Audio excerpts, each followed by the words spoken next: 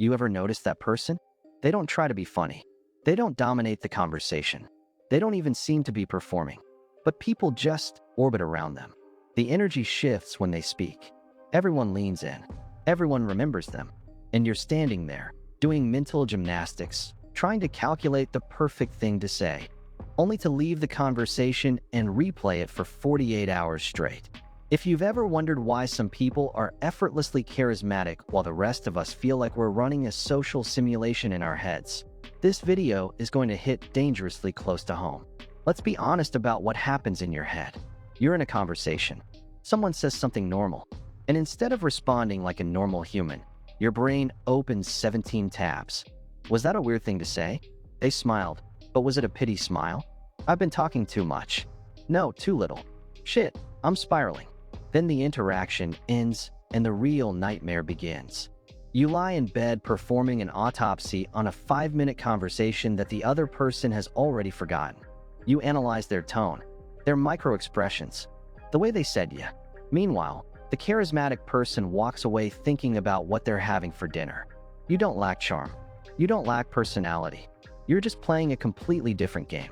And today I'm going to show you exactly what game they're playing that you never even knew existed. The hidden difference isn't confidence. It's not looks. It's not even social skills. It's something psychologists call self-monitoring.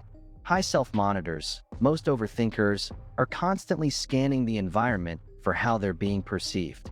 We treat every social interaction like a performance review. Low self-monitors, the effortlessly charismatic ones, have dramatically lower self-monitoring. Their brain isn't running a background program called "How am I coming across right now?" Think of it like this. You're trying to dance while constantly watching yourself in a mirror. Every move is calculated. You look stiff, forced, unnatural. The charismatic person just closes their eyes and feels the music. That's the difference. Because their brain isn't wasting 40 to 60% of its cognitive resources on self-surveillance. They have bandwidth left to do the one thing that actually creates charisma, genuine attunement. They're not thinking about what to say next. They're actually listening. They're curious. They're responding to you, not their fear of how they're being judged. And here's what almost nobody talks about. Charisma isn't about being interesting. It's about making the other person feel interesting while feeling zero pressure yourself. That combination is magnetic.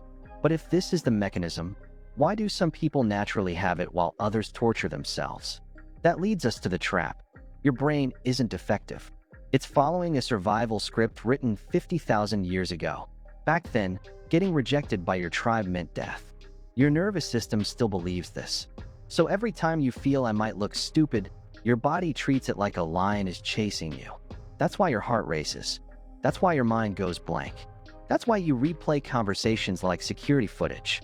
The charismatic person's nervous system is calibrated differently. They don't experience the same level of threat in social situations. Not because they're special, but because they've somehow escaped the trap most of us are stuck in. Here's the brutal plot twist. The harder you try to be charismatic, the less charismatic you become. Trying activates the self-monitoring system. The moment you start performing, you become less present. The moment you need people to like you, you become less likable. The people who seem effortlessly charismatic aren't trying to get anything from the interaction. They're not trying to prove their value. They're not keeping score. They're playing a completely different game, one where their worth isn't on the line. And that single difference changes everything.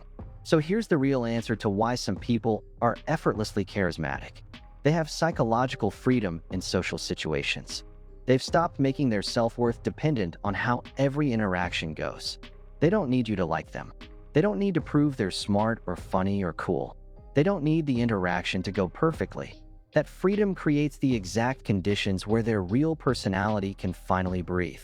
The version of you that exists at 2 a.m. with your closest friend, that playful, unfiltered, slightly chaotic version, that's your natural charismatic state. Most of us just bury it under 47 layers of fear and self-consciousness. The charismatic person isn't better than you. They're just less interfered with. They treat social interactions like a casual game instead of a performance that determines their human value. And because they're not performing, they become extremely attractive to be around. That's the secret. It was never about becoming more. It was always about removing the interference. Take a second and think about the last time you felt truly good in a conversation. I guarantee it wasn't when you were trying hard.